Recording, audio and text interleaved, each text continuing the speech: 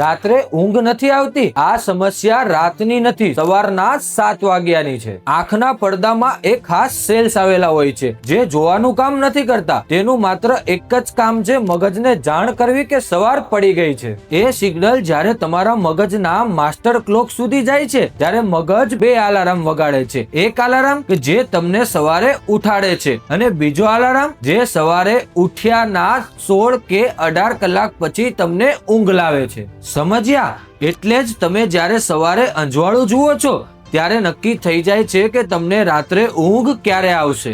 જો તમે પડદા બંધ કરીને રૂમમાં 9-10 વાગ્યા સુધી પડ્યા રહો છો તો તમારા મગજને ખબર જ નથી પડતી કે સવાર ક્યારે પડી છે. એટલે જ ઉઠ્યાના 30 મિનિટની અંદર બહાર જઈ આજુબાજુનો પ્રકાશ આંખને જરૂર આપવો જોઈએ. આ ટ્રીકને 7 દિવસ સુધી ટ્રાય કરો અને હા, 7 દિવસ પછી કોમેન્ટમાં જરૂર કહેજો તમને ઊંઘમાં ફરક પડ્યો કે પછી નહીં.